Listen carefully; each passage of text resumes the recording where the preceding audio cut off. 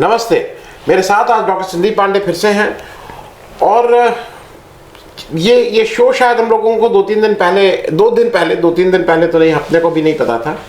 जैसे एक जादू आप देखते थे ना जब हम लोग छोटे थे, कि वो हैट में से वो कुछ निकाला, फिर उसने कबूतर निकाला, फिर उसने खरगोश निकाला, उसी तरह की कोई एक चीज निकाली गई 14 अगस्त को डॉक्टर साहब, जो विभाजन विभीषिका स्मृति दिवस, मतलब जैसे जादूगर के हैट से कुछ और निकाल दिया है कि ये लो। और मतलब मुझे अभी भी कैसे लोग इसको मान रहे हैं कि बहुत अच्छी बात की है और ये तो हिस्टोरिकल है और इसको ऐसा, लेकिन विभाजन विभीषिका स्मृति दिवस पर से नाम से ही आपको नहीं लगता है कि ये अजीब सी चीज है? आपको क्या लगता है कि ये दिवस मनाने से दूरियां बढ़ेंगी कि क्या होगा? नहीं, आपकी बात बिल्कुल सही है। देखिए, जो मनाए जाते हैं वो खुशी के अवसर मनाए जाते हैं। मतलब ऐसा तो होता ही नहीं है कि कोई आप जो है कोई दुखद घटना हुई और उसको आप उसका कोई स्मृति दिवस मनाएं। तो हाँ, पुण्यतिथि जरूर मनाई जाती है, लेकिन जिस तरह से नरेंद्र मोदी ने ये घोषणा की है कि ये विभाजन विभीषिका दिवस स्मृति दिवस मनाया जाएगा, ये तो जो देश का विभाजन हुआ बहुत दर्दनाक था, बहुत एक बड़ी त्रासदी थी। दोनों तरफ इसमें लाखों लोग मरे, जिसमें हिंदू मुस्लिम सिख सब शामिल थे। उसको तो ये देश कोशिश कर रहा था कि उसको भुलाया जाए जी, और वो काफ़ी हद तक लोग भूल भी चुके थे। हिंदू मुस्लिम के बीच में, या सिख को भी शामिल कर लें, सिख हिंदू और मुस्लिम के बीच में जो दूरियां बढ़ गई थी उस समय तो ऐसी घटनाएं हुई थी कि सुन के दिल दहल जाता है। एक बार मैंने दिल्ली से जो मुल्तान की पदयात्रा निकाली थी, तो पंजाब के गांव में लोग बता रहे थे, एक कुआं दिखा के, कि इसी में हम लोगों ने अपने मुसलमान पड़ोसियों को मार मार के डाला था और ये पूरा कुआं पट गया था।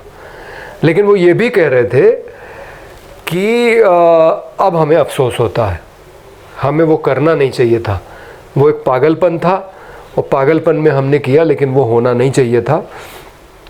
और ऐसी भी कहानियाँ सुनने को मिलती हैं। मलेरकोटला गांव, जहाँ के सिखों ने मुसलमानों को कहा कि आपको कहीं जाने की ज़रूरत नहीं है। और आज भी मलेरकोटला जो है एक मुस्लिम बहुल गांव है पंजाब के अंदर। तो परिवार बिछड़ गए, माता पिता से बेटे बेटी बिछड़ गए, भाई से भाई बिछड़ गए। कई लोग जो गांव छोड़ के आए, जब हम लोग पैदल चल रहे थे दिल्ली से वाघा बॉर्डर की तरफ, तो कई लोग ये पूछते थे, जब उनको पता लगता था कि हम पाकिस्तान जा रहे हैं, तो वो हमसे पूछते थे क्या हम भी चल सकते हैं। और बड़ी उम्मीद से वो पूछते थे, क्योंकि वो जब से विभाजन के बाद से आए हैं अपने गांव छोड़ के, उनको वापस जाने का मौका नहीं मिला है। तो हमें बताना पड़ता था कि नहीं भाई, उसके लिए तो आपको पासपोर्ट चाहिए, वीज़ा चाहिए, तभी आप जा पाएंगे। तो इतनी दुखद घटना हुई, उसको लोग भुलाना चाहते हैं, और ये सरकार जो हमारे जख्म है उसको कुरेदना चाहती है।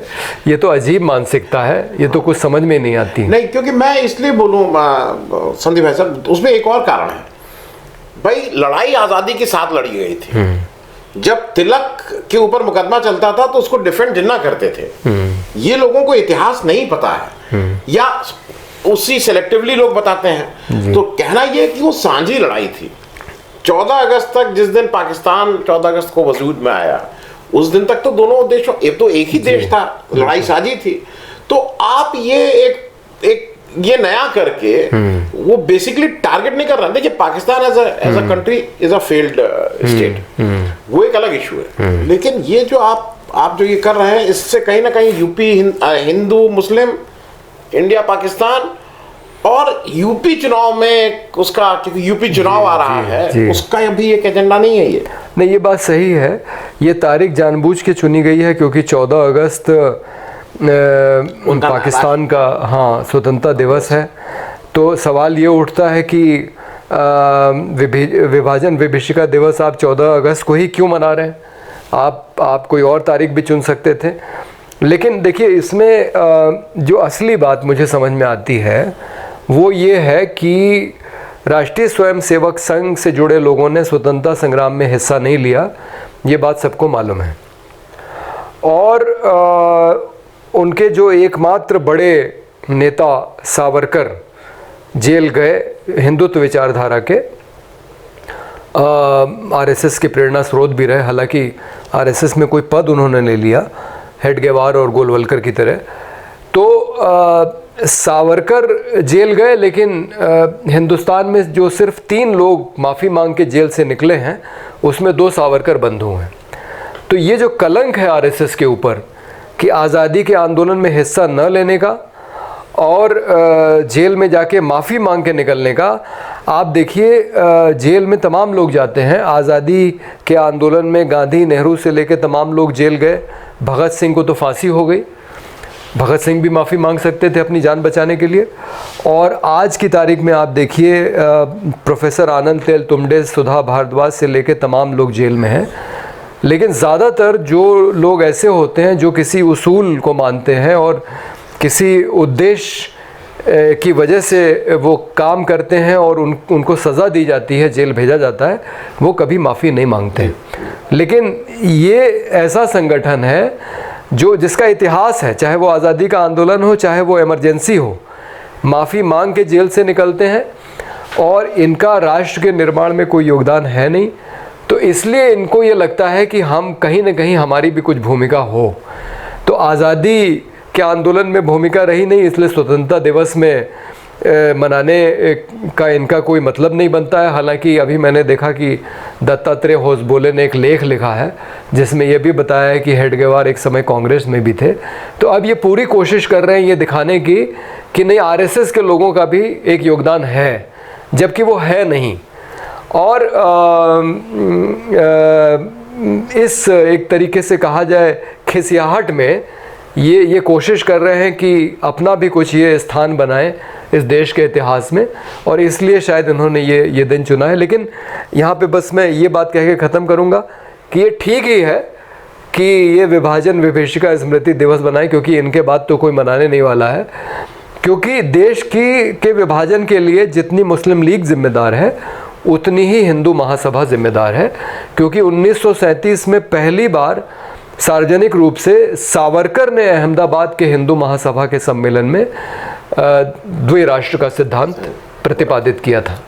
नहीं, मैं एक चीज़ और, क्योंकि देखिए मैं इसलिए कह रहा हूँ कि एक नैरेटिव और बनता है कि सरदार पटेल को बनना चाहिए था, सुभाष चंद्र बोस वो थे, भगत, अरे भाई ये सब कांग्रेसी थे, सरदार पटेल कांग्रेसी थे, सुभाष चंद्र बोस कांग्रेसी थे और वो बापू को मानते थे, वो नेहरू को अपना वो मानते थे। तो उन्होंने अपनी ब्रिगेड, अब उसको डिस्टॉर्ट करके, क्योंकि देखिए 2 चीजें हैं, अब एक नया प्रश्न शुरू हो रहा है और बार बार आप देखिएगा कि विभाजन का जिम्मेदार कौन, और वो कहा जाता है गांधी।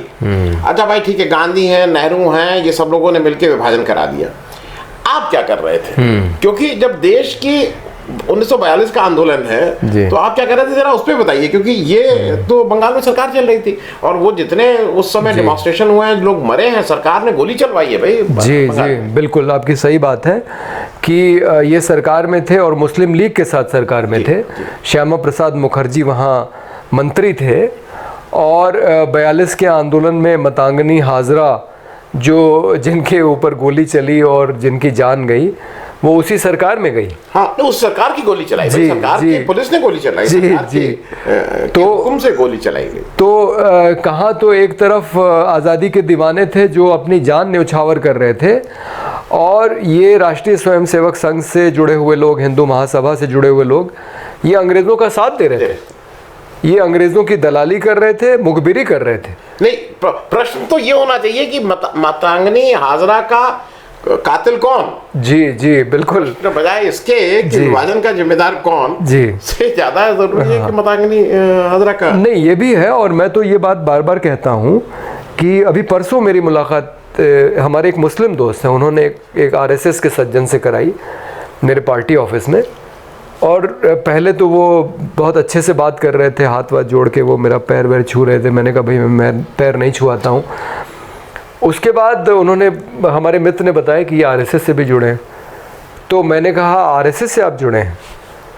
तो मुझे ये समझ में नहीं आता कि आपके जैसे लोग आरएसएस में क्यों हैं, क्योंकि आरएसएस को बाकी सारी चीज़ों के लिए माफ़ किया जा सकता है, लेकिन गांधी की जो हत्या इस विचारधारा के लोगों ने की, वो कभी भी इनको माफ़ नहीं किया जा सकता, क्योंकि गांधी उस समय भारत की सबसे बड़ी शख्सियत थे, आज भी हैं। अगर आप विदेशों में कहीं भी जाएं तो भारत की पहचान गांधी के नाम से होती है, वो ना तो राम के नाम से होती है, ना विवेकानंद के नाम से होती है। तो जिस व्यक्ति के नाम, और इसीलिए ये नरेंद्र मोदी की मजबूरी है कि वो गांधी के नाम का इस्तेमाल करते हैं बार बार। तो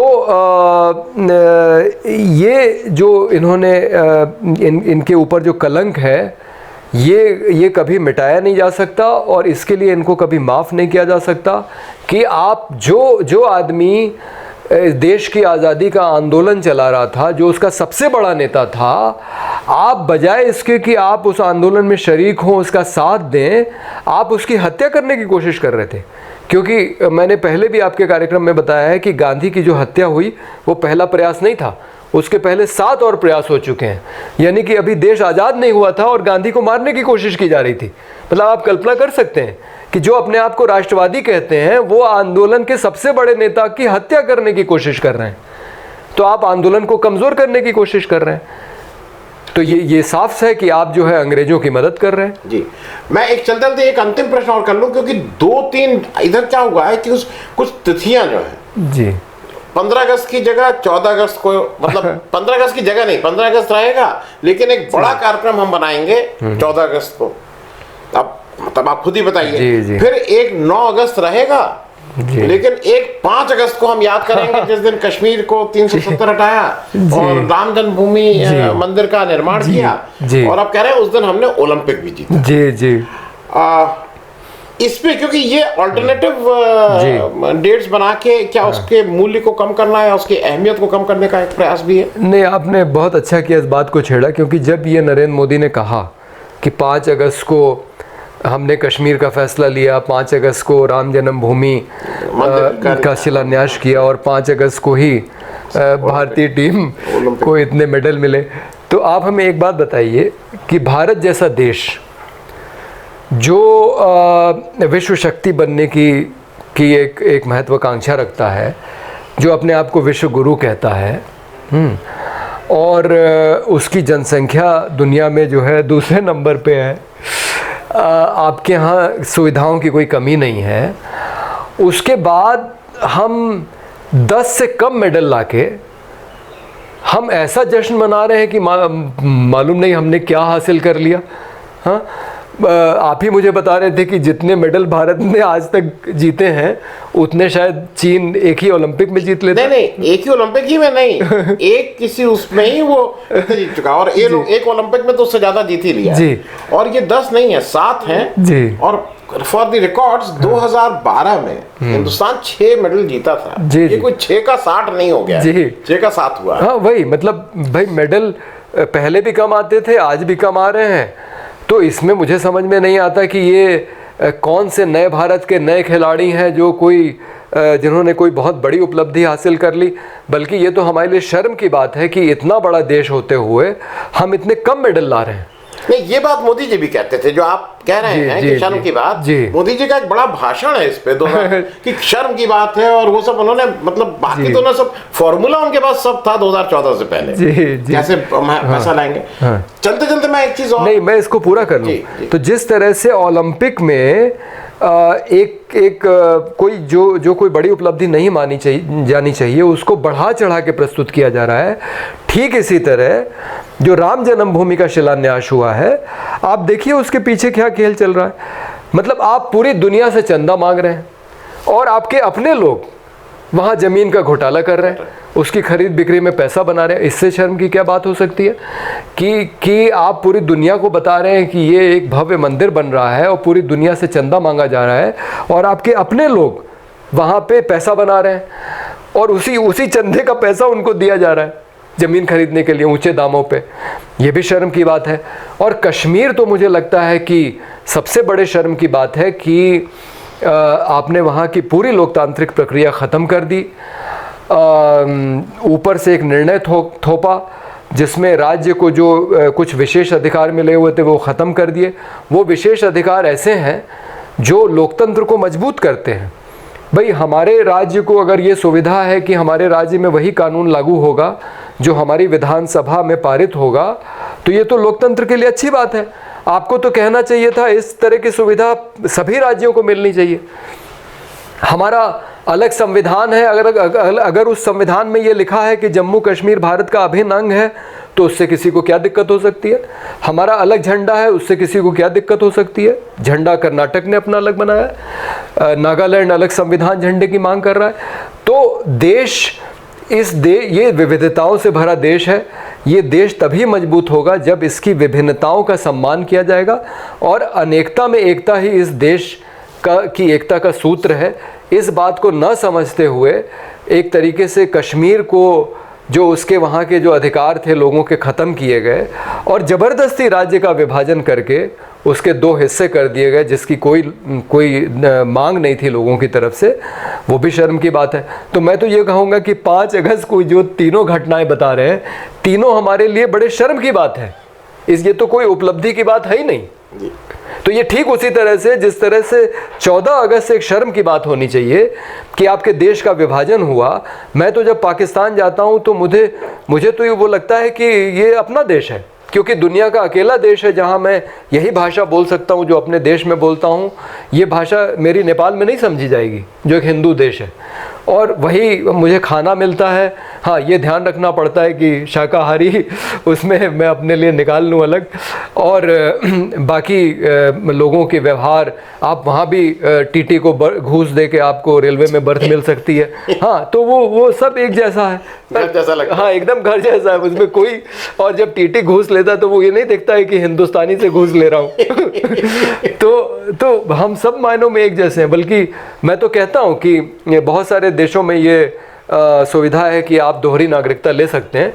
मुझे तो लगता है कि अगर पाकिस्तान और भारत में इस तरह की एक सुविधा हो कि लोग दोनों देश के नागरिक बन सकें, तो मैं तो दोनों देश का नागरिक होना चाहूँगा। भाई वो मेरा ही देश था 1947 के पहले।